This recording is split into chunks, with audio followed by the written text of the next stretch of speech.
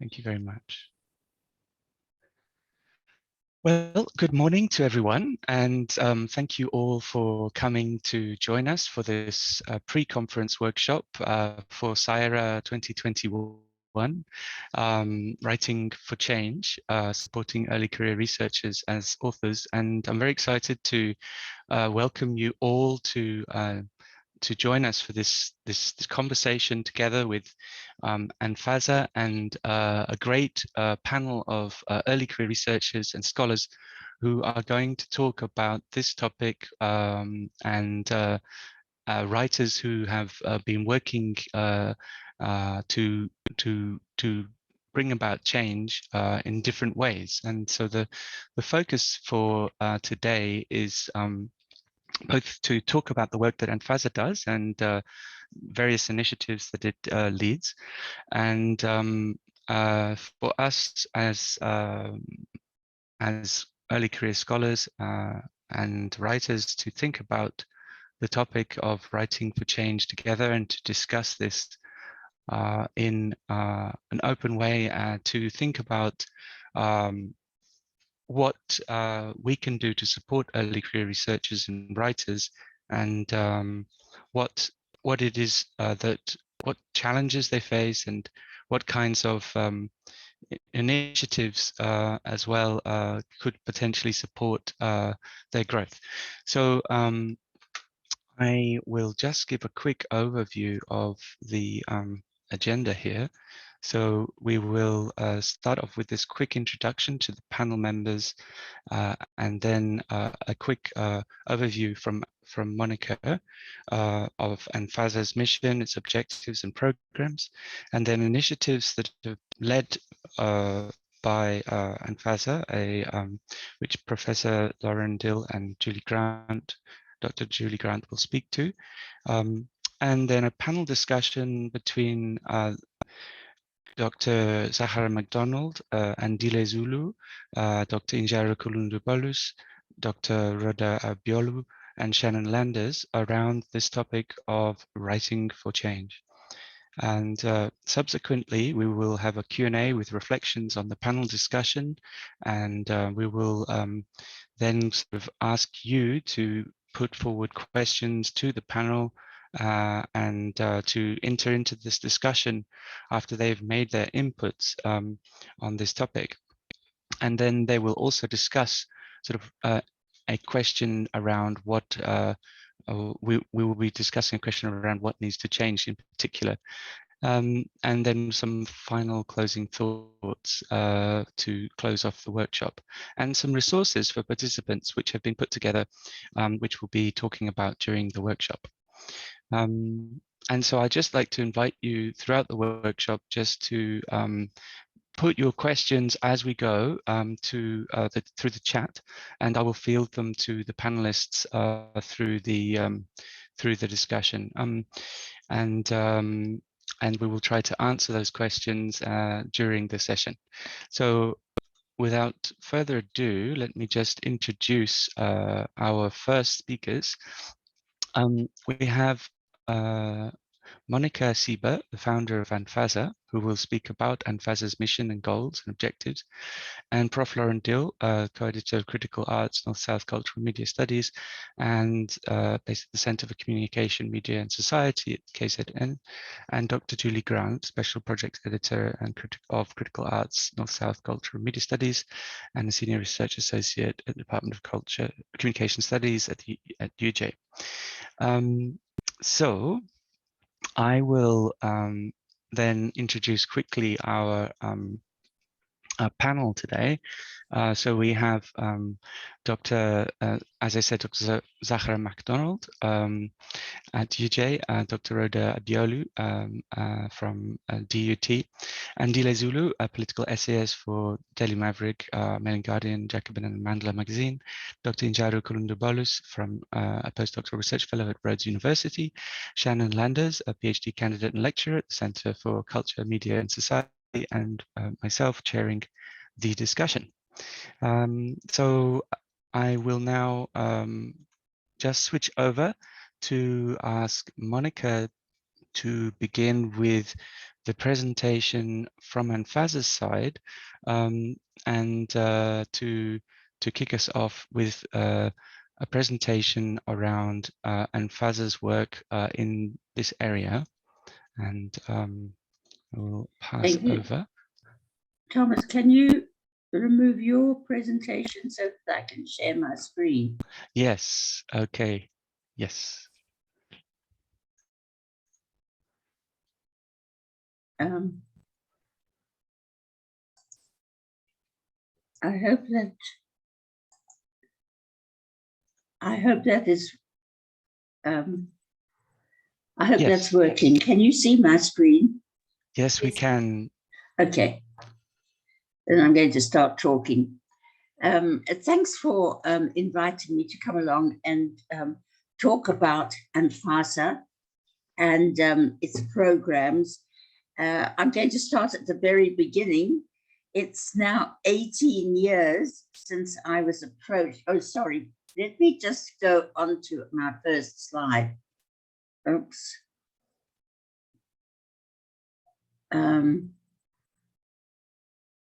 Oh, this is where it might be where I come unstuck.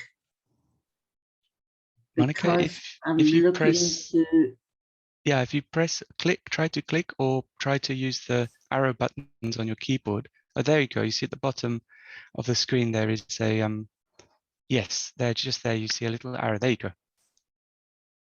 Oh, okay.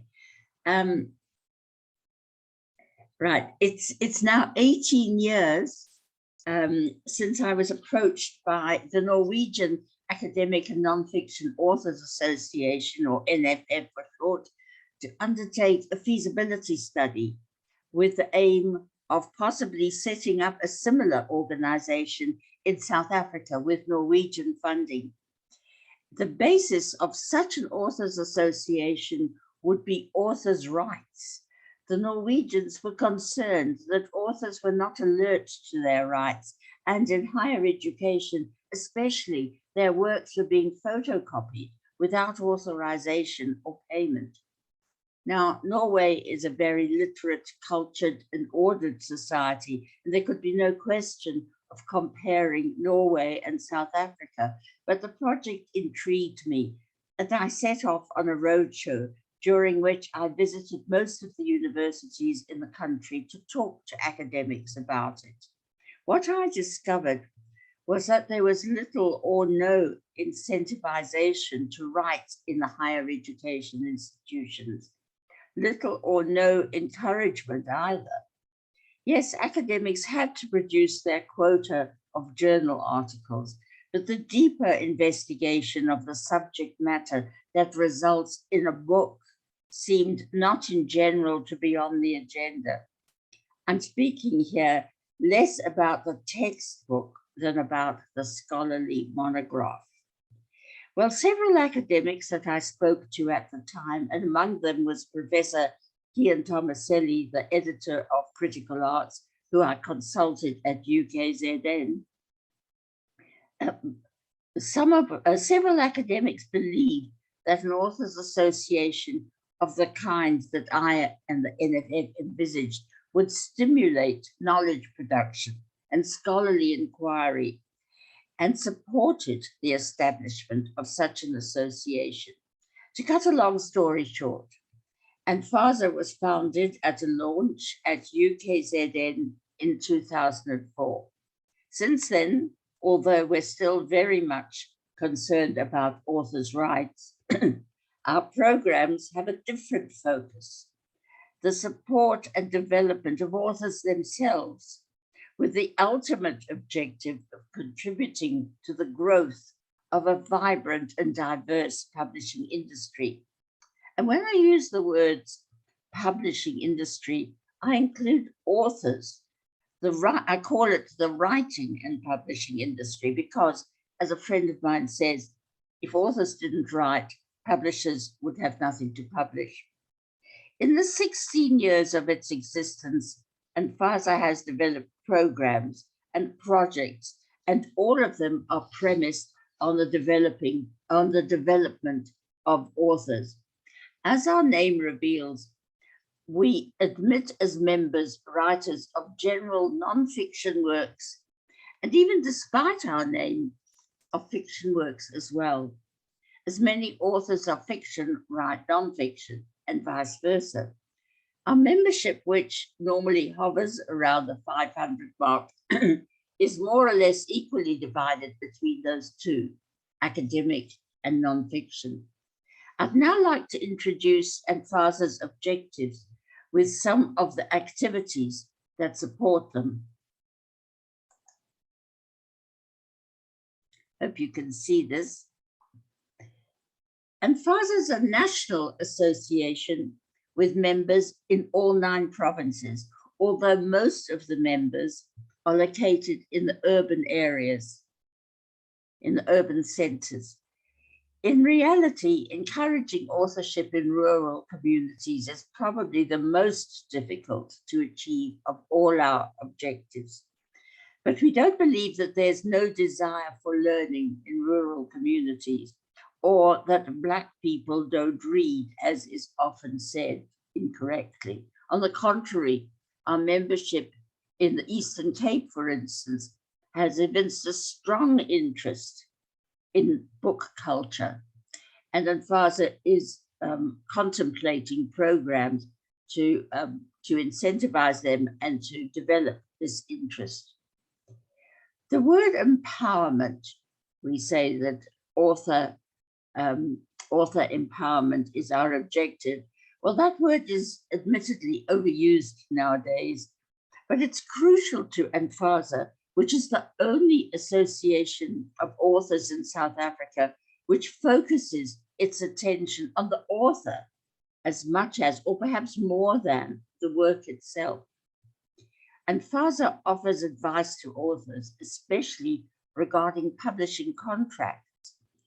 It's sad but true that authors, in their excitement, in their eagerness to get into print and their excitement at having found a publisher, too often sign the contract put in front of them without reading it. My astonishment as an author, not having understood the terms of the publishing contract, is only exceeded, I'm afraid to say, by amazement at a publisher not understanding it either. So we offer workshops in understanding publishing contracts, and we also reply to members' contractual issues by email. We've written a booklet explaining contracts in simple terms, and we're now preparing a revision with a workshop in early 2022 to further go into this, we consider this a very, very important part of our work with authors.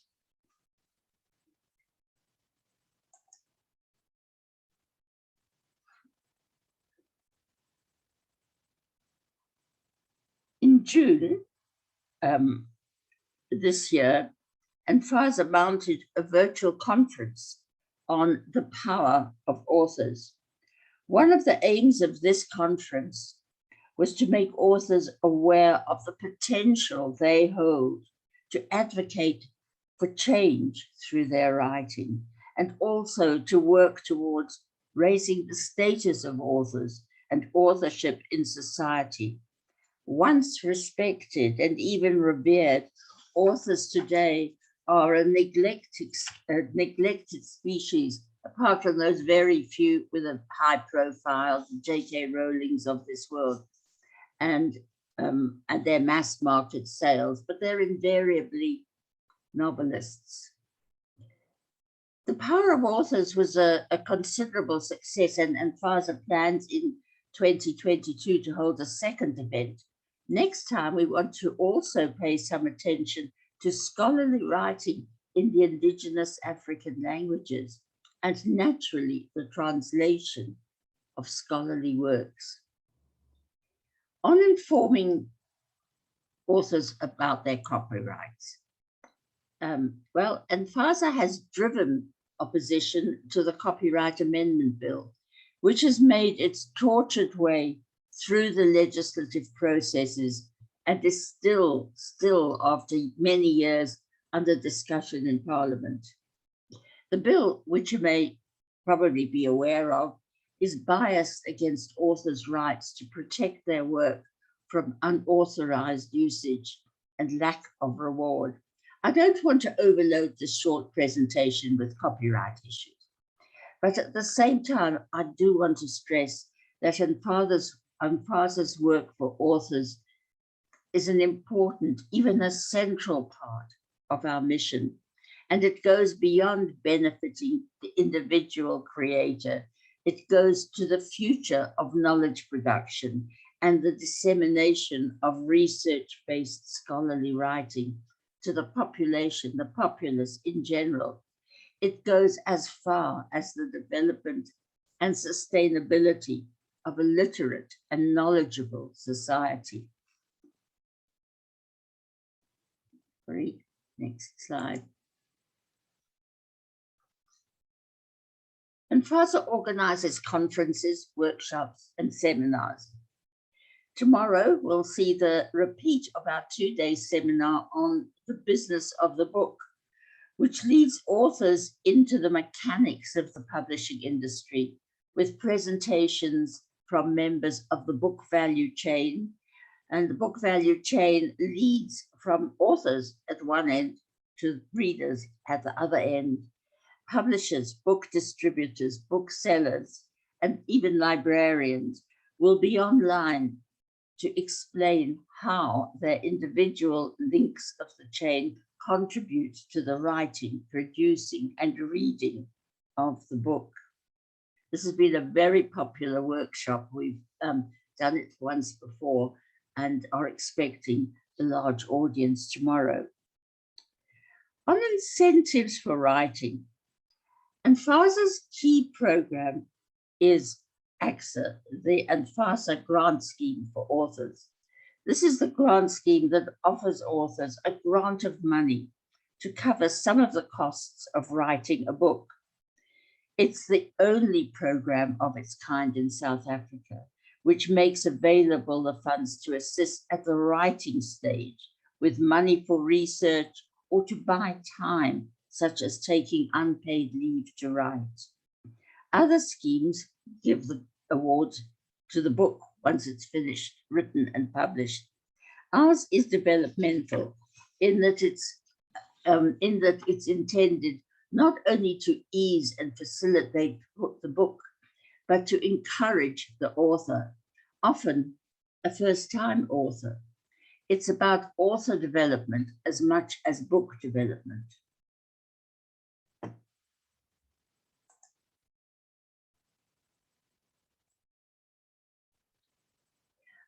This has been a very short presentation. I've tried to cover a range of ANFASA activities.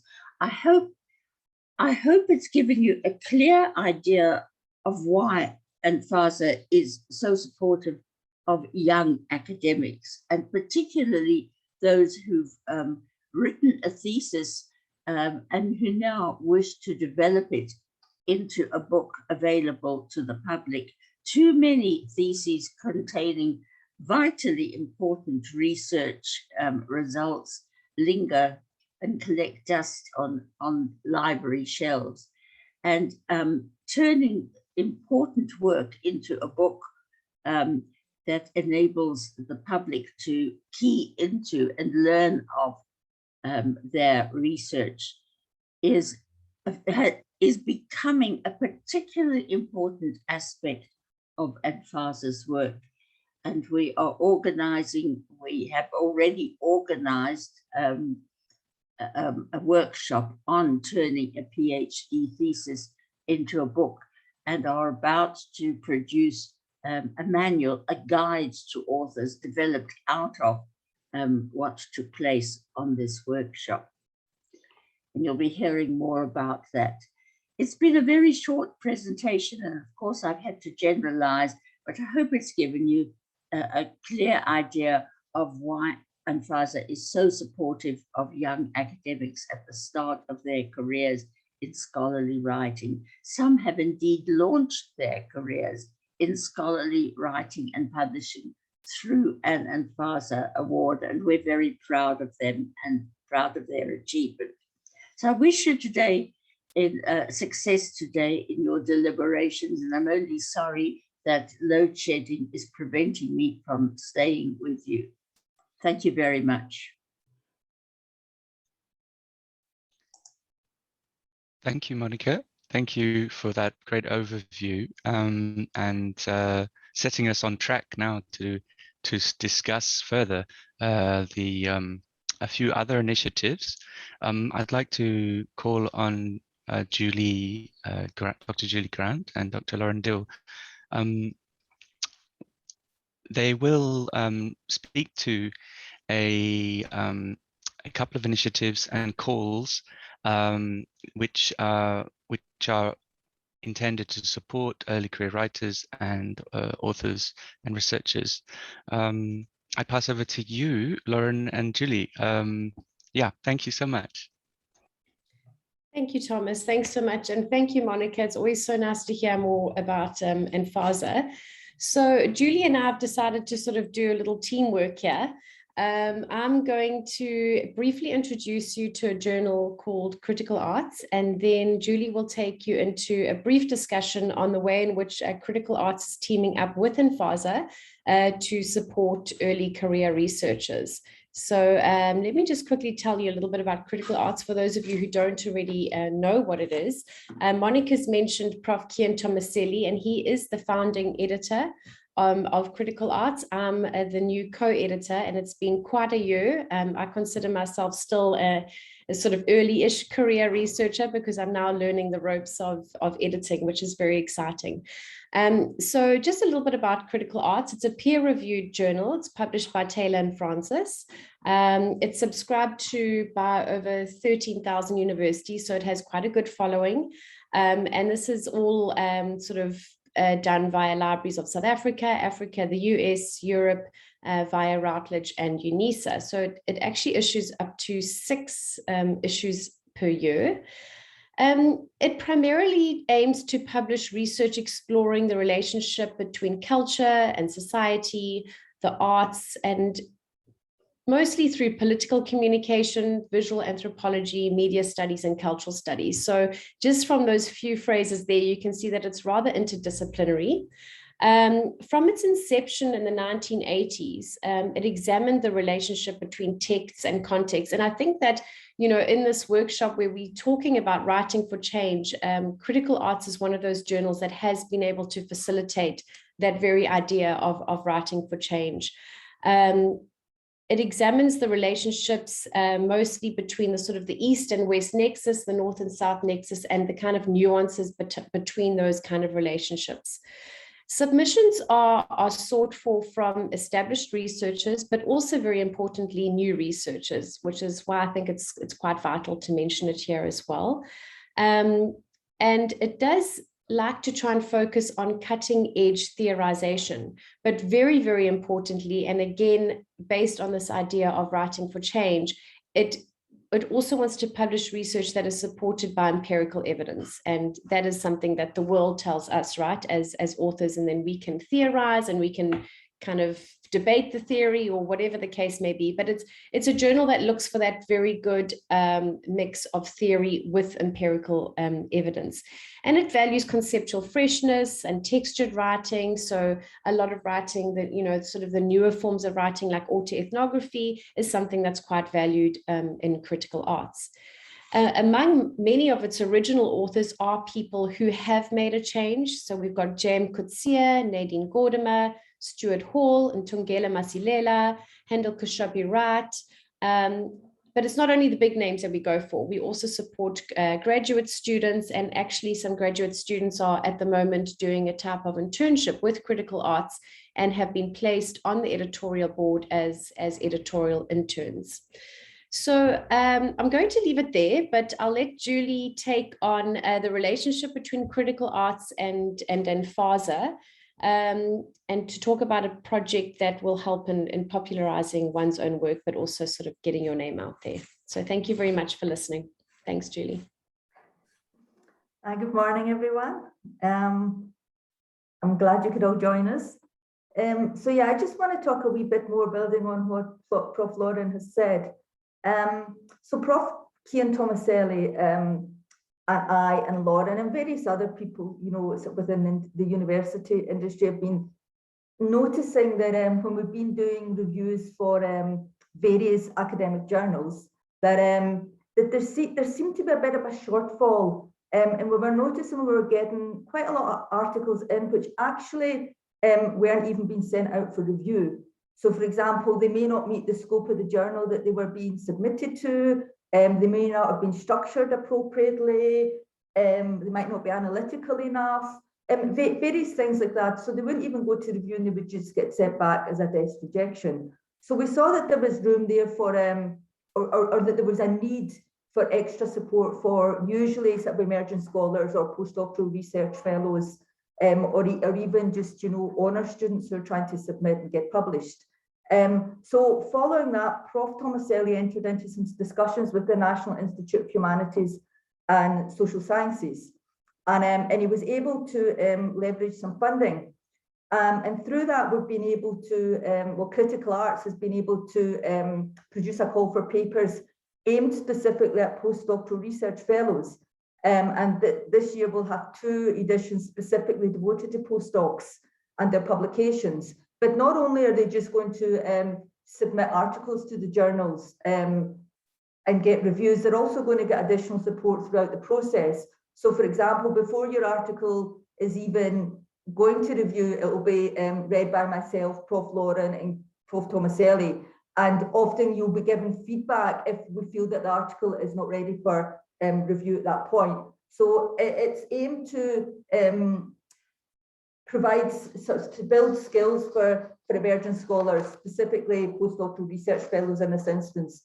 And it will help them not just to get published in Critical Arts, but to get published wider, further afield as well in the future.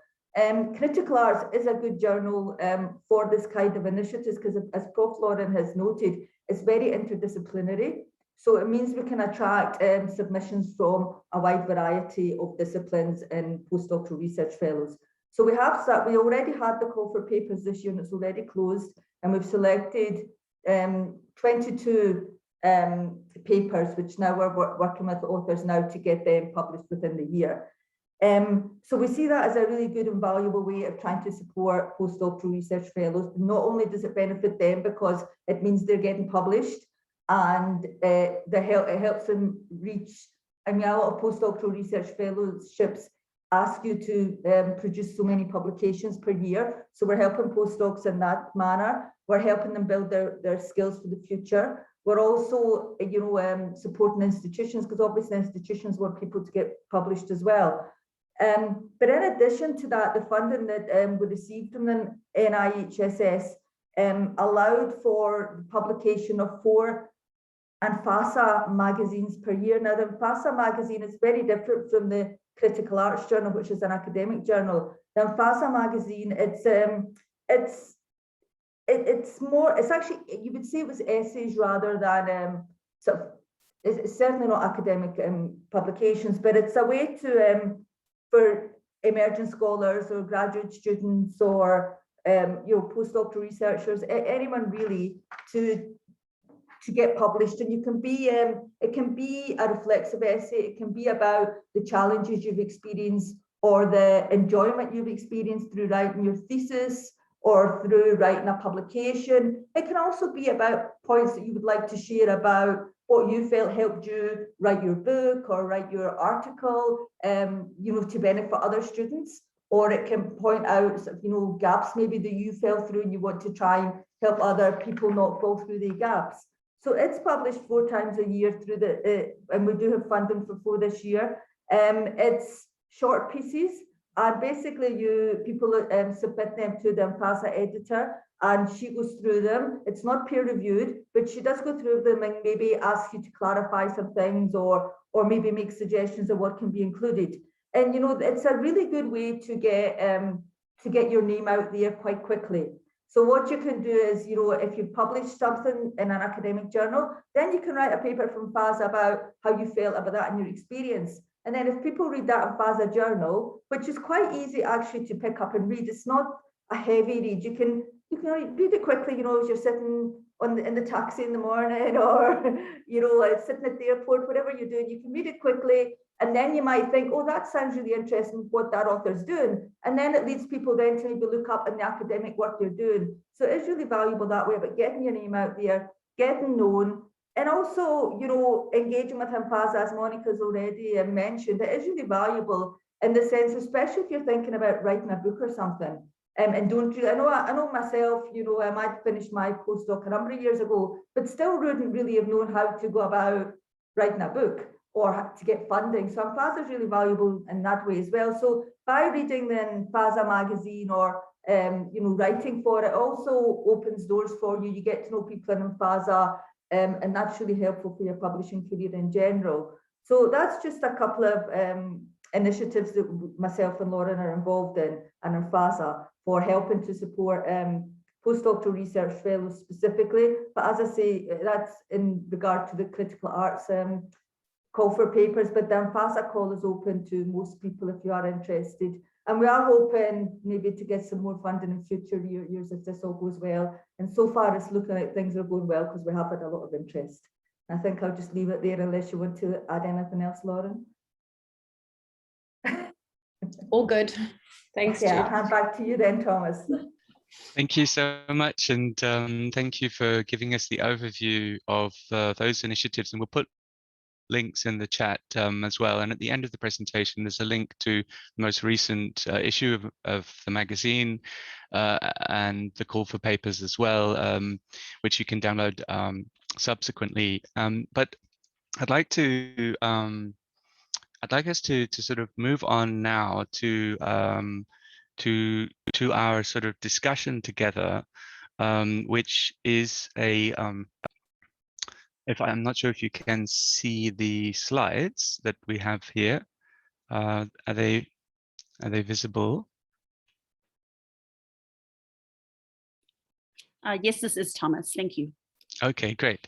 So what we wanted to do in this workshop is bring together both researchers in education and writers and postdocs and emerging professionals. And what we wanted to do is put the question to them about how emerging writers and academics learn to become writers and researchers and bring about change, and to sort of help us unpack this idea of writing for change within academia and in the public sphere for early career professionals, sort of by hearing from their experiences, their journeys, their challenges. And so what we will do is we'll ask each of our panelists to give an input, and each person will speak for sort of 7 to 8 minutes around the topic, and give some insights into some of the questions that we're asking. The speakers will go in this order. It will be SAERA first, SAERA McDonald, Dr. McDonald, and then Andile Zulu will come second, and then Dr. Njaro Kulundubolus will be third, and then Rhoda Abiolu will be fourth, and then finally Shannon Landers will conclude the inputs. Initially, what I'm going to ask each of the panelists to do is to talk about writing and doing research for change. So why is it important to write for change and do research for change as opposed to just writing and researching, and what that means for them, and why we should get involved in writing for the public sphere. And then also ask them to give some inputs about their journey and advice for early career professionals. So maybe some things that early career writers and researchers need to know, breakthrough moments or turning points that they can think of from their own journey, and advice that they would like to offer new writers and emerging researchers who want to get started or who want to bring about change. So without further ado, let me pass over now to SAERA to kick us off. Good morning. Zahra. Yes, Yeah. good morning. Thanks, Tom. Good morning, everybody.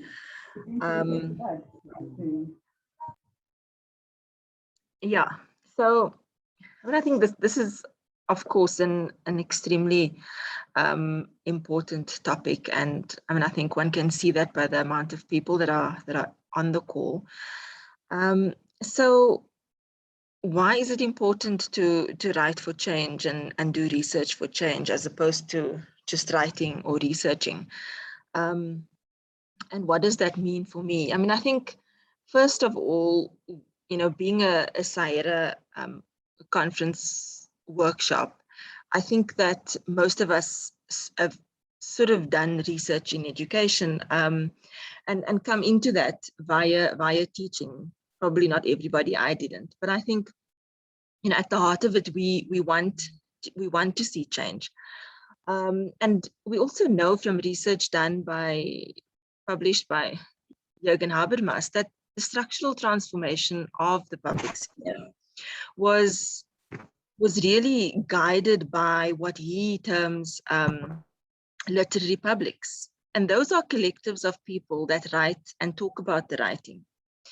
So, I think we know that change, that writing, or that change goes before writing. And that, of course, writing is not the only thing that is needed, but that first it is written. If one looks at Weber's work on the Protestant ethic, you see the same thing, that there was a lot of writing that undergirded the behavior that eventually contributed to the development of capitalism. So I think writing has been shown in research to be fundamental, to be the impetus for change. And so I think that's why writing is important, and change is not going to happen, I think, without writing. Of course, not all writing leads to change, but change is not going to happen without it being written first. And so I think what it means for me is that, you have to write, but that you have to get your writing out there. And I think that's what the initial presentations were about, is how does one then get that writing out? But firstly, I think it needs to get written. And so, what are the two things that early career writers need to know about becoming a writer? I think the first thing is that you're already becoming a writer. It's not something that you need to start being in this workshop and having, written, whether it was in undergrad or even during school. Of course, it becomes more focused as you progress in your academic trajectory, but you have already started becoming a writer. Whatever you've learned before, you will use going forward. But I think the second thing is that you need to decide how the journey will progress, and only you can do that. And in terms of advice, writing doesn't do itself. I think we all know that. We try to forget it. We try to hope that it's going to jump on the page on its own, but it doesn't. And so it does require sacrifice. It does require planning. It does require knowing the technical details of the writing and of the publishing. It does require all of those things. And it's not going to happen on its own. There are a lot of supportive structures, as ANFASA is one of them. Many journals, like Critical Arts, offer support to writers. But at its heart, Wally Morrow wrote about epistemological access, and he argues that, or he says that, like running, no one can do your learning for you. And I want to suggest, or not suggest, and say, and we all know that no one can do your writing for you. And that doesn't mean that there will be obstacles. That doesn't mean that there will be challenges, whether it is that the language that you're writing in is not your first language, or whether it is that you've got duties at home or in other spaces that take up your time, or whether it is that you're in an institution or have a supervisor that is not entirely supportive of what you want to do. But no one can do your writing for you. And I think once you accept that and then use the opportunities that are there and the support structures that are there, you will get to a point where you publish. And of course, I guess, just lastly, Tom, don't be afraid to not be perfect on the first draft. Nobody is. And no piece of writing that is published is the first draft of what was published. Thanks, Tom. Thanks, SAERA. Some very wise words there, and I think helpful for us to start the discussion going forward. And the next person we'd like to hear from is Andile Zulu, who is a political essayist and writer in the public sphere. And yeah, so I would just like to invite Andile to give us some insights into this from your side. Okay, great. Thank you so much. It's great to be here. So in terms of trying to deal with the questions as to why we should write for social change, my first encounter with writing that was meant specifically to deal with social change was with the writing of James Baldwin, who I'm sure many of you know of, and who I consider to be one of the greatest essayists of the 20th century.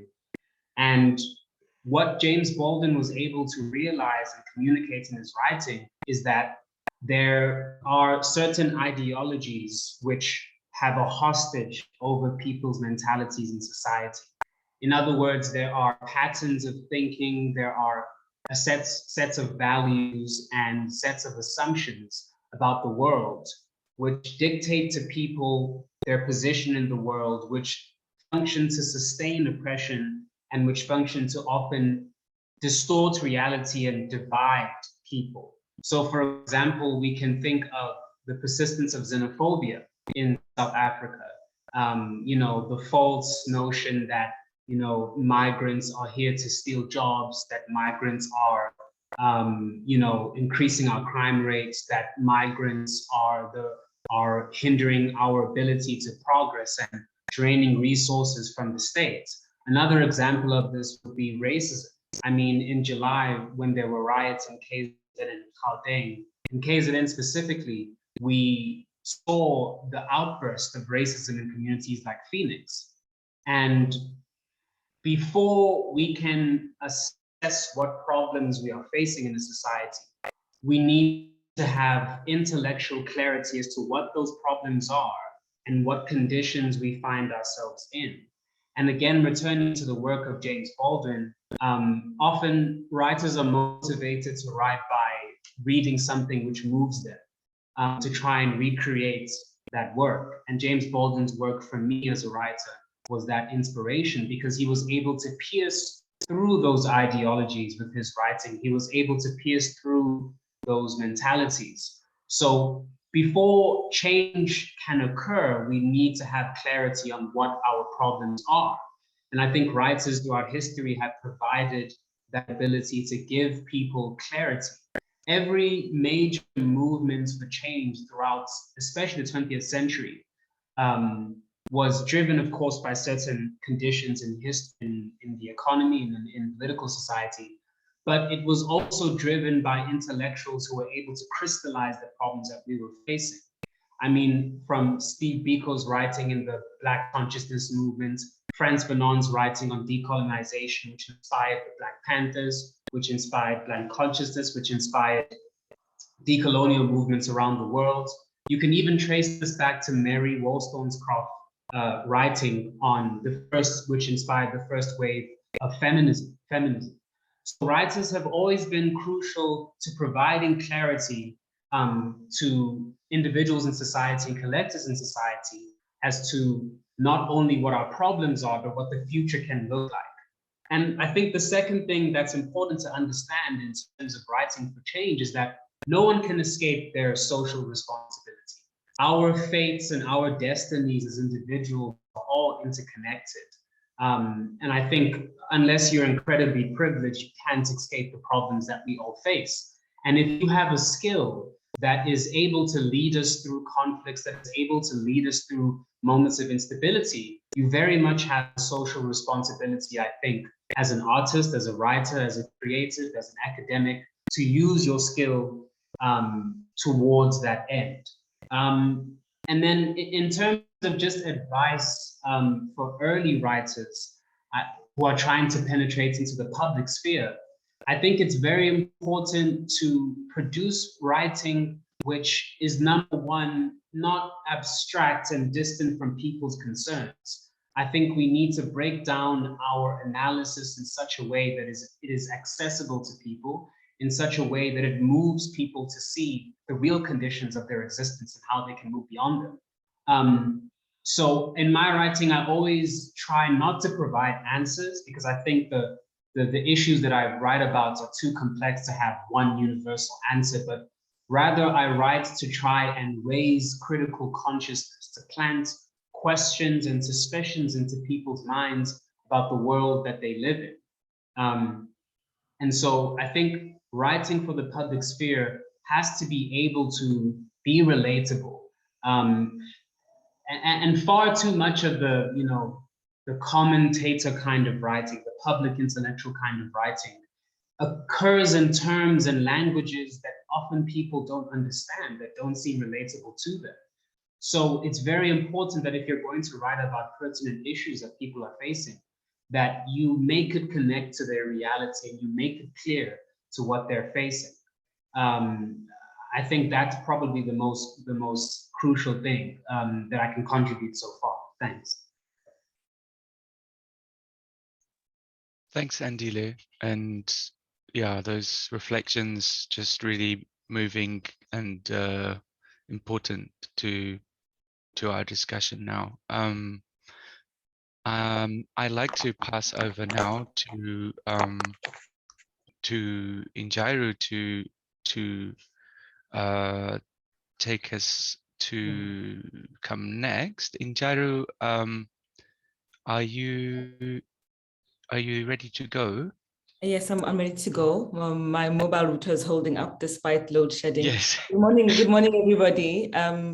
Yeah, so lovely to hear the colleagues speak before around why write for change, and it's really pertinent and beautiful what has come up. Sorry, the alarm just went off. Give me 2 seconds. Just life.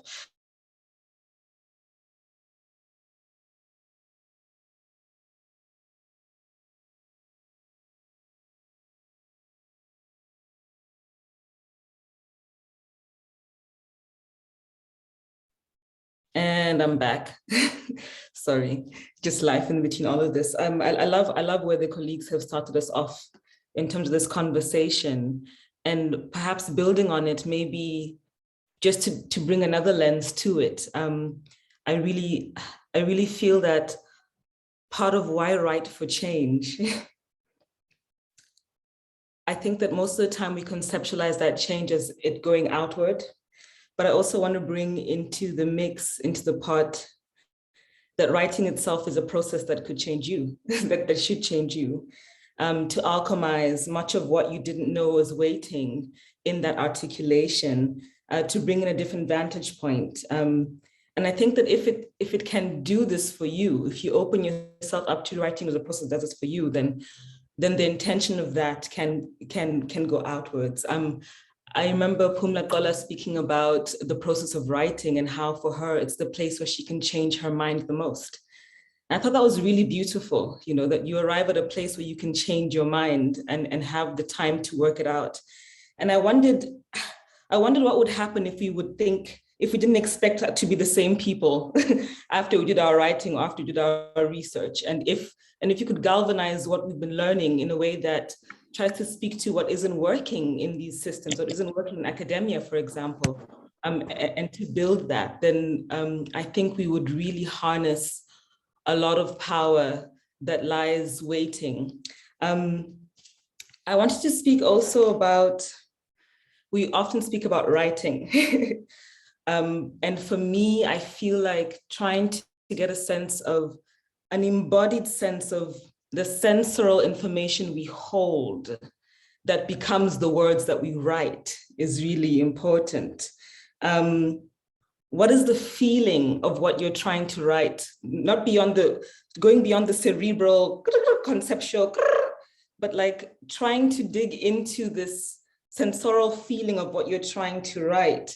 And for me, that's really important because I really believe that we need to be doing the kind of writing that breaks assimilation, especially within an academic context. And I think that resourcing ourselves with the internal impulse of what we're longing for and finding embodied ways of almost making a blanket around ourselves as you write before we get to the words is really, really important.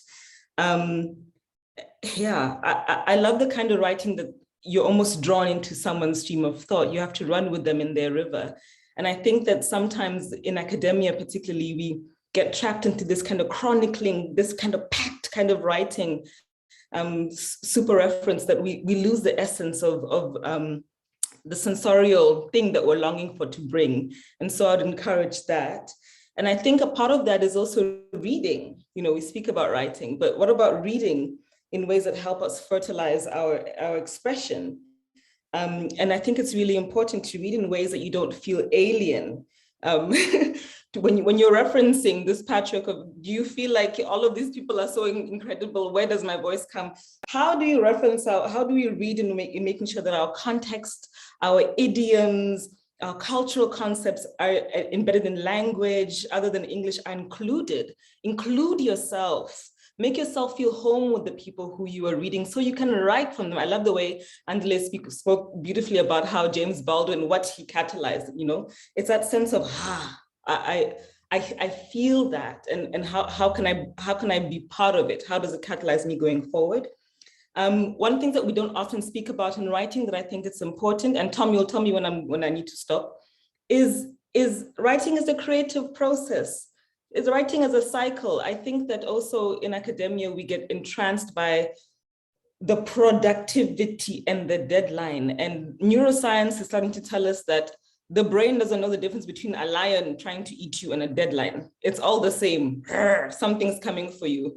And I wonder what happens in our systems, in our bodies when we are writing from this space. And I would love us to speak about writing the cycle of creativity, that you will have complete winter where nothing is happening.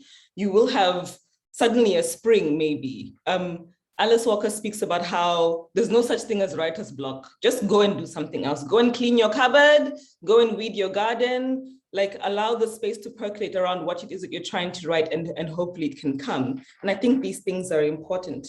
3 last things that I want to mention just to kick off the conversation is cultivate the space as a writer to learn in your body learn the difference between in your body when you're trying to prove something or when you're actually being yourself.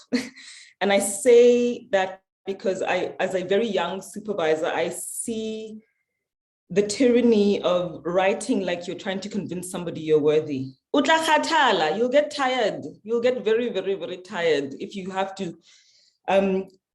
I would say try and find a way to do that work. Do that work on this, whatever you need to do, and your soul will guide you. But when you arrive at the paper, try and arrive with as much as yourself intact as possible. Because I think there's a lot of erosion that happens that way. The second is cultivate the kind of relationships and critical friends that help situate yourself in a state of being. If that happens directly through your supervisory relationships, amazing. If not, find the kind of resourceful friendships, critical friends that can help you sit in that state of being, not proving in your way of writing. And number 3, cultivate an understanding of your power. What it is that you're trying to create. Nurture that. Yes. I'll leave it there. Thank you so much, Injaru.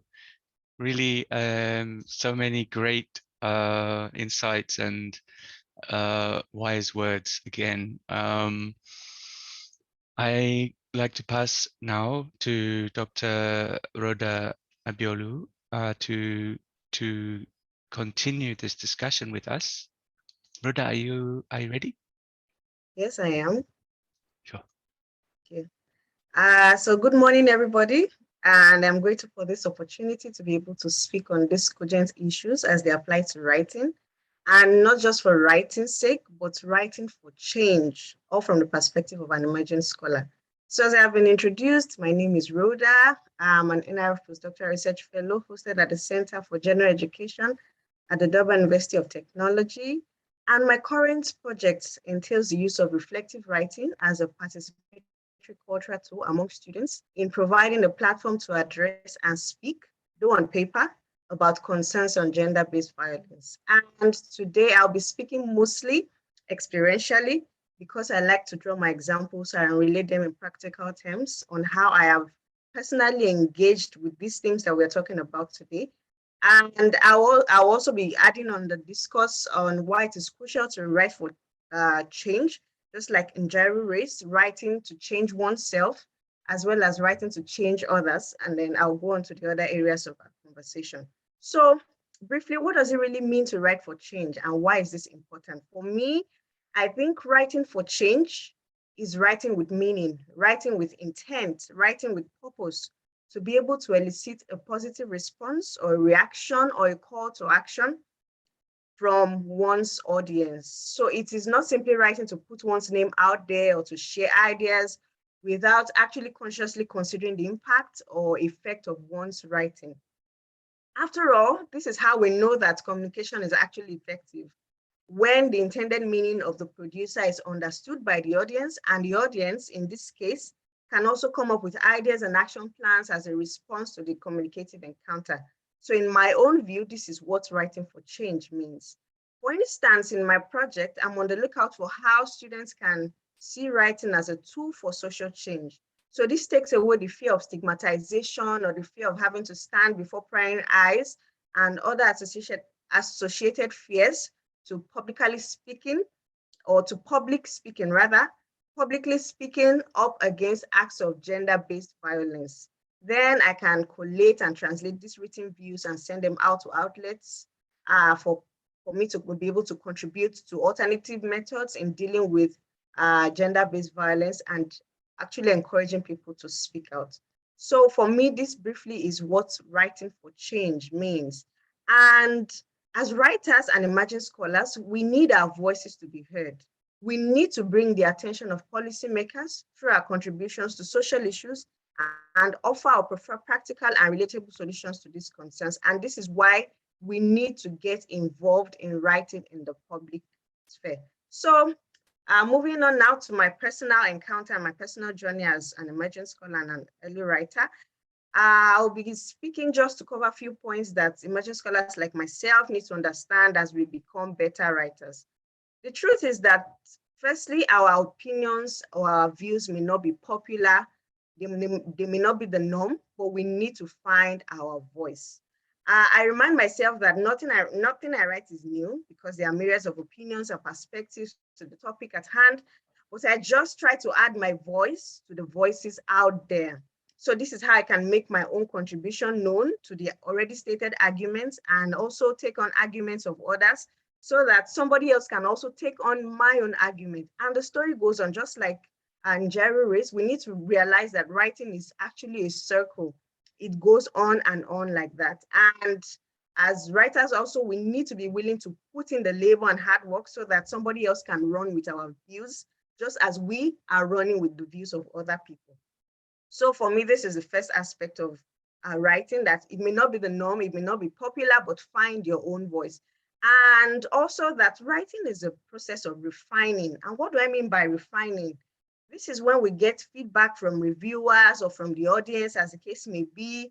Some may be encouraging, some may be disheartening, But one thing that we know is that feedback can only make us better writers. They open our eyes to ways that we may ordinarily have not noticed, the things that we sidelined while writing, or the important points that we skipped. So one thing that constantly stands at the back of my mind is that in all this, I must be careful so that also as I take into consideration the feedback, I do not lose track of what I'm writing, so that my voice is also not lost in the myriads of feedback I get. So I know when to move on, I know when to stop, I know when to say, okay, at this point, enough is enough. I need to still maintain my track and also put my stance out there. So moving on to, it's also important to know that we have all had our fair share, or maybe not so fair share of struggle, in finding our feet as emerging scholars. Among giants who are experienced and well established, it can be intimidating, but we know that we just need to keep pushing. We need to put ourselves out there. And I remember my initial attempts at writing an article and a book chapter. I was so pumped, I was eager, I was enthusiastic to just send my work out there and get the positive responses and be published. They didn't turn out the way I envisioned. There were so many no's, and I began to question, am I actually doing the right thing, or am I just a terrible writer? Then after several no's, I got the long-awaited yeses that trumped all the no's, and it actually made the refining process all worth it.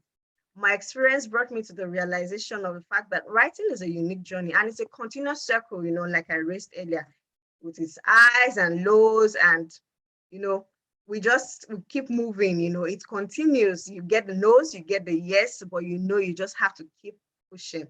So as I round up my few contributions, I'd just like to reiterate that as emerging scholars, we deserve to be heard. Okay, just like I said, we need to put our voices out there. We need to create a writing niche for ourselves.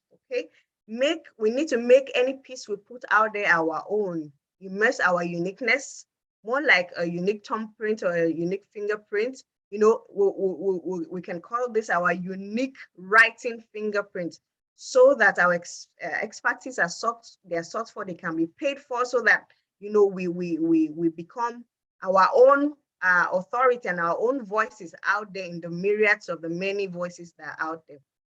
And also, I would like us to note that we need to take every no as a means to make our writing better. For as many no's that we get, we know that these are insights to improve our writing and make our manners of expressions even clearer. So, for instance, imagine a paper that is rejected like 5-6 times. This means that we get 5 responses that will make the write-up even well improved. So we should never stop writing.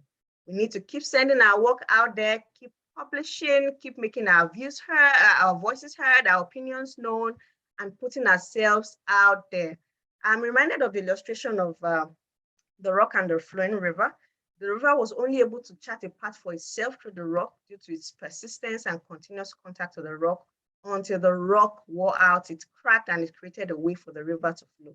And this is just the central point of my conversation today. We need to be persistent. As writers, as emerging scholars, we need to be persistent, keep writing, keep sending. The no's will come, the yes will come, but just keep writing, keep putting yourselves out there. Thank you. Thank you, Rhoda. Thank you for that great insights. And you have turned the metaphor of erosion around with the rock and the river. So that's wonderful. Thank you. Shannon, would you like to carry on the discussion for us? Sure. I think I have the most difficult job because everybody before me spoke so well. And I think they've mentioned such pertinent points regarding writing for change. I'm going to start off by probably starting from myself and speaking about how, for me, getting into writing as a first-generation academic was so difficult, and I still suffer because I have no reference points apart from my supervisor and my wonderful mentors that I've had along the way. So my introduction into academia has been one that felt quite alienating at times, and I often felt excluded from what I was reading because I didn't feel like I fit into what I was reading about. And I think much like what the previous speakers were alluding to, at times you lose your voice because you're trying to be what you are not. But I was fortunate enough to get into cultural studies and learn about this interdisciplinary approach of writing and writing really from the position of the margins and critiquing the center. And that really got me interested in writing for change. But beyond that, I think it's important to reflect on, and this is particularly from cultural studies and my work in semiotics, where you write and you read about absence. They speak about meaning in absence and meaning in presence. And I think that's important when we're speaking about emerging academics, particularly from the global South, particularly Black, female, transgender, LGBTQ+ communities. It's important for us to write because there's really meaning in absence, and when we aren't written about, then our voices can't be heard. And I think that's important to change. And that brings me to my next point about an encounter I had a few years ago during my African politics course. We watched the TEDx talk by Chimamanda Ngozi Adichie, where she spoke about the danger of a single story. And I picked up on 2 points that she mentioned. The first was, she spoke about when she was younger and she enjoyed reading, and she would read these books about Christmas time and the snowfall and gingerbread men. And she was living in Nigeria in a climate that was so different to the context she was reading about. Yet she desired what she was reading. And that was purely because voices like hers did not exist, or experiences like hers did not come by enough. The second experience that she encountered when she studied abroad in the US was with a person she shared a dorm room with. Now, she came from a middle-class Nigerian family, and she had drivers and people working for her family who belonged to a different class, albeit looking like her. However, when she went across to the US, her experiences were homogenized because the person she shared a dorm room with automatically assumed that she shared the same experiences as people from a different class as hers, because her only understanding of Africa was based on the kind of poverty, corruption narrative that is told. And that's why it's important to write for change, because when voices or absent voices are not involved in the conversation, we lose the ability to change and alter the single narrative that we've become accustomed to. But in writing for change, I caution against the Cartesian reproduction of self and other. And I think all too well in Afro-radical writing, or all too much in Afro-radical writing, we see this perpetuation of the self and other, and this othering that continues. And I've been reading quite a bit about place and space right now, so forgive my reference to it. But, there's this interesting notion of thirding, or third space, that human geographers were writing about in the 70s through to the early 2000s. And I think it's important. I think as a person who comes from a mixed background, I think as a person living in a globalized or localized context, I think of people who don't belong to, the kind of gender binaries that we've carved out. It's important for us to understand and write from third space. The third space that people like Edward Sawyer speak of, or the third space that people like Homi Bhabha speak to, because it's really understanding those spaces in between and the nuance within the dichotomy that we've come to understand, that I think change can come about. And why is it important for writers to get involved in the public sphere? Well, I think it's important for writers to be involved in the public sphere because it generates discourse. And I think from discourse, we then automatically get into a moment where change, and I use this word all too often, but I think that is where change comes from, really from discourse. And I think in the Habermasian sense of, the public sphere, talking about ideas and really engaging with stuff that's out there and ideas. That's, I think, the important aspect of people like myself, early writers and emerging scholars, get involved and get our voices heard.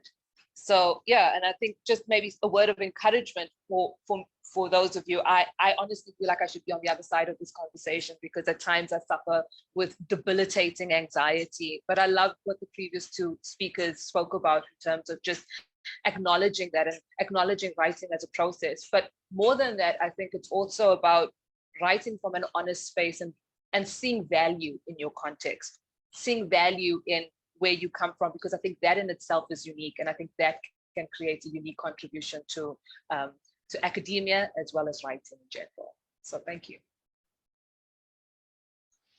Thank you, Shannon. And that really brings that part of our discussion in such a way to such a brilliant sort of conclusion of different ideas in this first part. And the audience has been just sending in the chat some really lovely messages, you know, about the beautiful mental images that you're drawing on, and the insights which you know you've talked about, and the ways that we're talking about writing from a state of being and not proving, and encouraging you know us to think about you know handling these kind of issues and not to be disheartened. But I think we want to just quickly talk about also, in an open sort of way, what we need to do differently, and what types of support should emerging scholars and writers be given, and what could be done differently to empower them, and maybe something you'd like to see happen to change the way that that we think about this. And you've mentioned many things, but I'd like to just ask you to, if you want to come in, yeah, tell us some ideas, suggestions for what we can do differently.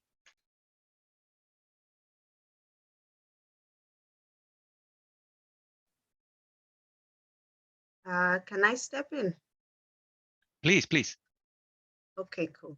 So just picking up on a few points that Shannon made, I also like the fact that she made reference to our local experiences. You know, as writers, truly, yes, we need to make our voices heard, starting from our local spheres of influence, just like Njeri also raised, writing to make a change yourself before putting yourself out there.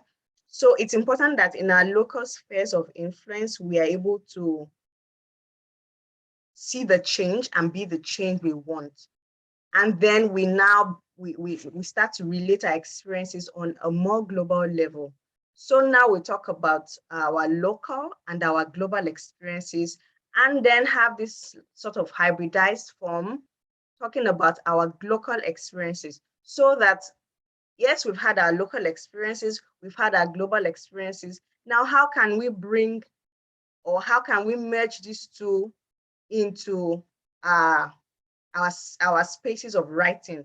And then we start to talk about, you know, the experiences of, you know, global writers. You know, I like the fact that in our conversations, we've spoken about, you know, known writers. We've gone beyond our South African, you know, sphere. I like the fact that Shannon made reference to Chimamanda, you know, expanding ourselves, you know, not just limiting our views and our focus to those people who are here, or those people who are quote and unquote well-known, or the giants in writing.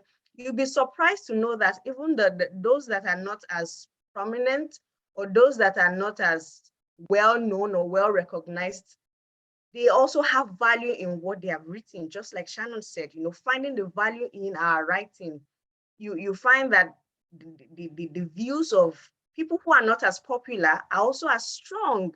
Just because they don't have the popularity, just because I don't have the popularity, just because you don't have the popularity doesn't invalidate your views, doesn't mean that you also cannot, you know, write something that can spur change in people. So just practically, we should be local writers, you know, putting our writing fingerprints on our global and local experiences to become local writers. We cannot limit ourselves, and at the same time, we cannot get stuck in the global web.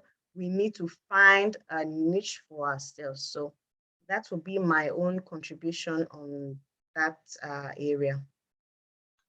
Sure. Thank you, Rhoda. Yeah, would anyone else like to tell us also some other ideas here that we can think about to help us think about doing these things differently? Can I just hop in here if that's cool? Please, sure. In terms of different ways in which writers can expand their audience and find support, I think what we're witnessing now in South Africa in particular is the growth of alternative or independent media. So that is broadening the perspective on issues. So for example, you have publications such as New Frame, you have publications such as Africa as a Country, you have the Alternative Center for Information, and of course you have continental publications such as The Republic, which I think is based in Nigeria. So I think it's very important that authors reach out to those independent publications that allow for more diversity in terms of opinions on social issues. One of the major problems that I've had as someone who does op-eds on a monthly basis for some of the bigger publications is the lack of diversity in opinions, and also what I encountered initially, and I've only been doing this for a very short amount of time, just for the past 3-4 years, is the presence of big voices which crowd out younger, newer perspectives within some publications. And so younger writers should try to reach out to those new audiences and to those independent publications, because they're very willing, if the work is good, if it's well argued, if it's well written, they're very willing to support it. Secondly, I think academic writers or journalistic writers need to open themselves to the online space through video. So in the past year in the US, there has been the growth of what people call BreadTube. I'm not sure if people are aware of it, but essentially it's a collective of progressive writers and thinkers who communicate their ideas through video essays. And of course, video essays encompass editing and cinematography a little bit and sound editing, but a huge amount of what they do is finding a way to communicate essential issues in writing through the video form. And I think in South Africa, as more young people move on to the online space, trying to seek clarity on issues, and when they aren't able to find their perspectives in the major publications, spaces like YouTube and Twitter provide a way in which your writing can become a lot more digestible through the video format. So I think writing does not only have to be the written word in terms of like a research paper or an op-ed, but I think it can also be represented visually through a script that then comes along with the sound design and the images and the editing and so on. So I think we need to look for different avenues to communicate our ideas. Thanks, Andile. Yeah, those are some really helpful points, I think. Very practical ideas and to help. Would any other ideas or suggestions here? Zahra, would you like to? Yeah, I think if I can just come in here, Tom, and thanks for all the other for all the other inputs. I particularly like the one about writing to change oneself, and I think, like writing to change society, it almost happens automatically. Sometimes we realize it, sometimes we don't. And I think the point about then writing from our own context is important, because if we're not doing it, then someone else's context and someone else's ideas are going to be the impetus for the change. And then I think what I wanted to say is that, collective engagement is important. And I think SAERA is an important avenue for that. And Tom Thanks for organizing this. And SAERA needs to continue to do that, not only in the context, I think, of the conference, but going forward. But also that as individual writers, we need to come together. I think it was in Jairo that says, if your supervisor is not supportive, or if that is not a supportive environment, then find critical friends. But I think beyond that, find collectives that can engage in an idea together, so that you target not only writing in one space, but in many spaces, and speak about it. And I spoke initially about this literary public. It does involve reading, and it does involve writing, and it does involve discussing, and the discourse that Shannon spoke of is important. And I think the new spaces that have opened up, as Andile mentioned, are critical for that. It's not a once-off event. A piece, when it is published, seems like a once-off event, but it is part of a process. And writing for change, I think, is recognizing that process. And I think that, for me, also speaks to Michael's last comment on the chat, is that I think we avoid the narrowness by recognizing that a piece is a point in the process, and that we are involved in the process of change, and no one piece is going to get us there. And we need to do it together, and find the collectives that are going to work with us together, and even engage those that don't agree with us, because it is through discourse that and engaging each other that we might change each other's minds. Thanks a lot, Tom, and everybody else. Thanks, Zahra. Yes, sure. That is, yeah, a great response. And in Jairu, did you want to? There's just there's one thing that I think in the first presentation by ANFASA was kind of mentioned, that I feel might be important to just also say. When we speak about publishing in academia particularly, and when you speak about the industry of it, I would love that, the mechanisms of that to be foregrounded, and how public funds are funneled into these, I love the way you brought the public sphere into the conversation, because I feel like the concentration on our work only going to those spaces does do a disservice in some ways. And also with that intense process that Rhoda was speaking about, that and that's a part of it, it can really be a block.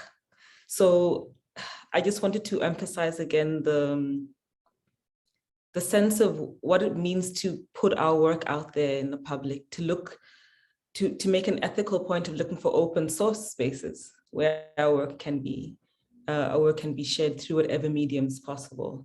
I think it's important to be aware, because there's the kind of assimilative kind of thing of the cookies we get as academics for publishing in journals, that doesn't help our work get out there. And it also feeds an industry that I'm not sure really, in terms of the conversation about change, what the industry, or who benefits from it, really, who gets to read it. So that's just something I'm sitting with as we exit the conversation. And then also shortly, last week, there was a conference on African feminisms here in Cape Town. And I was so struck by how so many of the women and humans gathered there were saying that I don't feel like I can be heard. What I'm saying, what I'm trying to weave together kind of defies and confounds different ways in which people think about thinking and writing. And so I really love Zara's point about the sense of finding the collectives where you can hear yourself, so that it doesn't become a problematizing of the voices, as Shannon was saying, that are absent but hold so much meaning. So having those holding spaces, for me, I think is really, really important, just for our health, the health of our spirit, so we can do what we need to, arrive as we are. So just some other thoughts. Thanks, Injaru. Sure. So we just as we're sort of coming to finish off this discussion, I also like to invite the panelists to just sort of, I mean, we've had a few questions which have been responded to. Michael asked, about the question was that, in the third space, there are contestations and challenges, as you said, Sarah, rather than a centralized and homogeneous, we need to avoid being narrow advocates, justifying singular positionings and positionalities, and sort of broadening the scope of that third space. We have a few questions about the difference between academic writing and journalistic writing, but yeah, I mean, I think we've touched on a few possible things that we could do differently. As you said, Injaru, there's a number of things we need to think about in terms of the publishing industry, which has also been highlighted in the initial presentation. But yeah, some final words from any of you, just here about the sort of things that you would like to see happen to change the way we do this. Is there one thing that you would like to see in the next 5 or 3 years, that could change the game for us? I think, Tom, for me, just quickly, 2 things that are really about, logistics and how institutions can do things. One is to communicate more. I mean, I know that there's a lot of communication, and the communication is there, but the more one communicates the opportunities, the better. And secondly, that institutions, I think, begin acting more collectively. And not hold on to resources themselves. I won't mention institutions' names, but I mean, I've been at 2 institutions in the last few years, and one was very resourceful and one not. And I think that institutions need to find ways to work together, to provide opportunities for early career.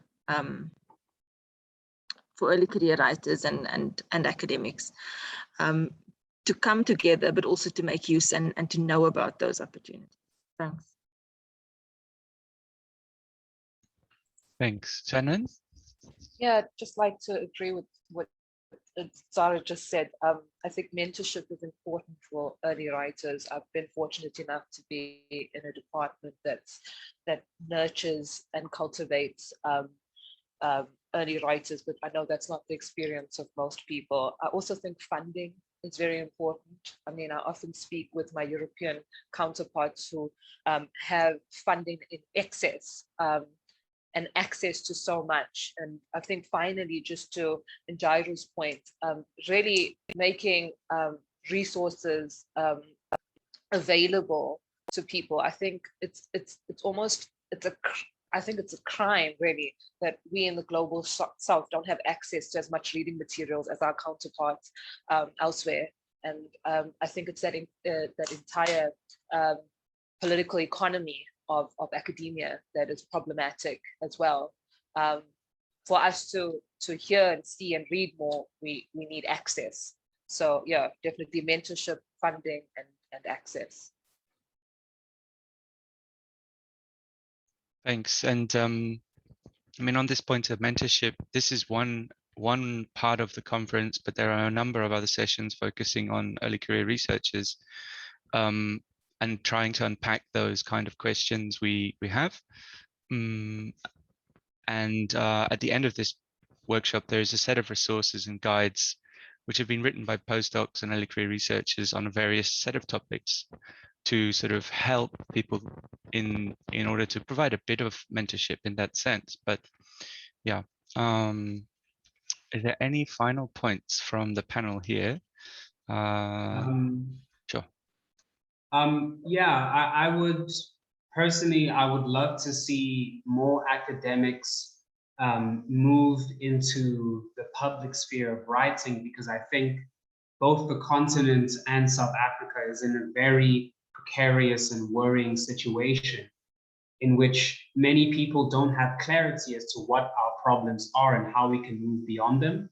And, the US is a different situation. There are many more resources there, and people have more access to writing, and the rates of literacy also change things. But in the past 5 years, we've seen in the US this outburst of writing from young progressives on their own platforms, on their own terms, and also young progressives who write about very complex issues, again, in ways in which ordinary people can understand and relate to. I myself come from a little bit of an academic background, and sometimes when I read the op-eds in South Africa, I think to myself, who's this for? Like, who can understand these terms and who can relate to them? If the objective of writing is to provide clarity so people can act, that writing, first of all, has to be potent. So I think one of the big problems with a lot of our op-eds is that the writing is sluggish. Again, I call back to James Baldwin, I call back to George Orwell, I call back to Toni Morrison, and Steve Biko, who wrote not only in a way that's accessible, but with a sense of urgency.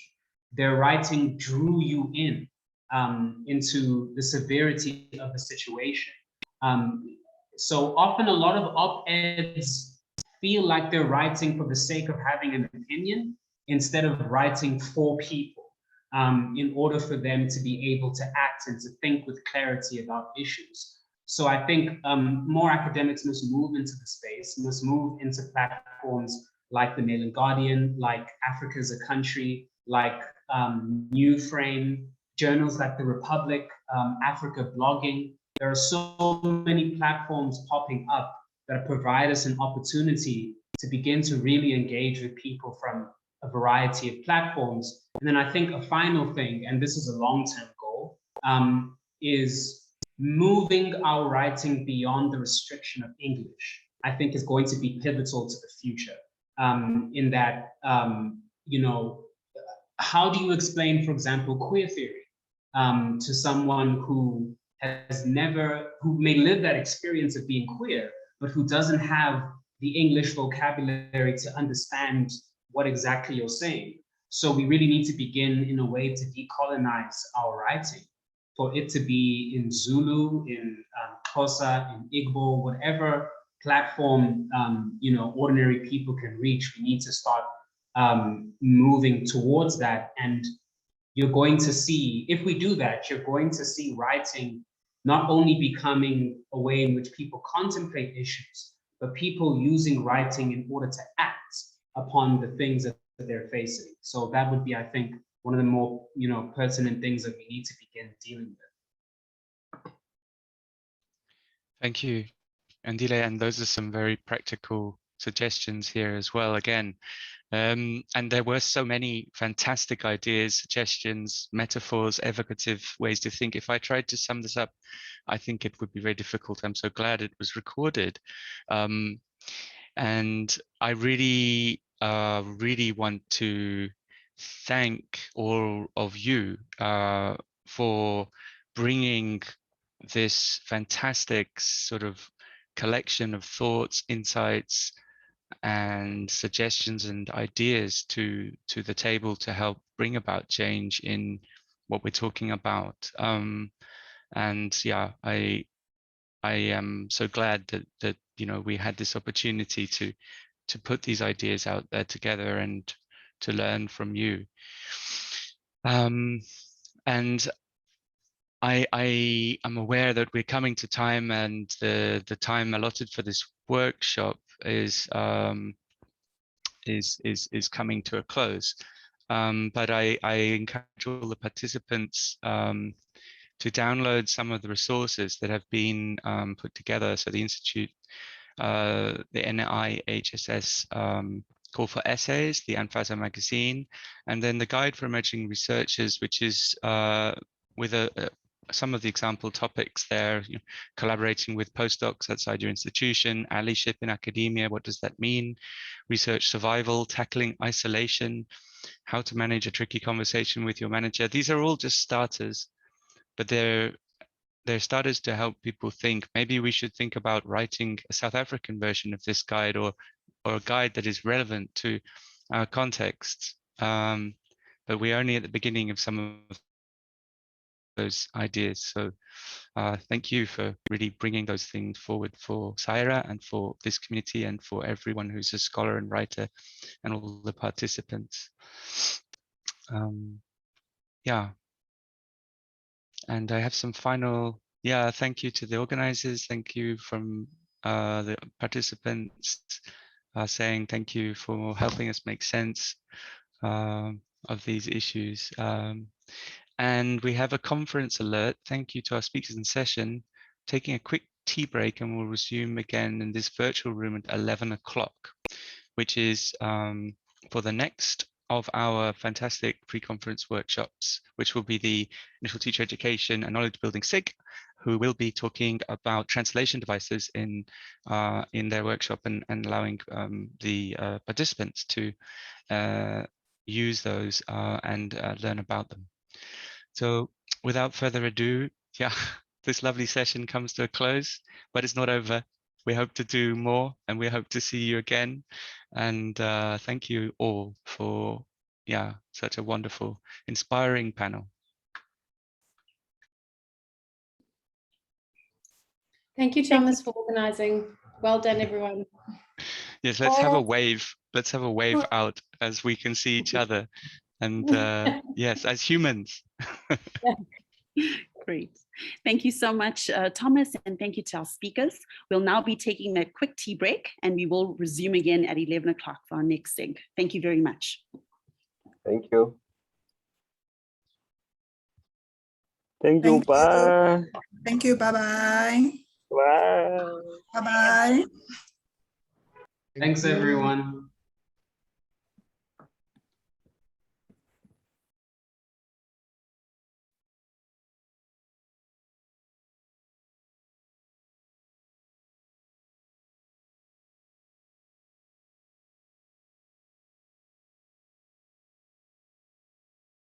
Bye.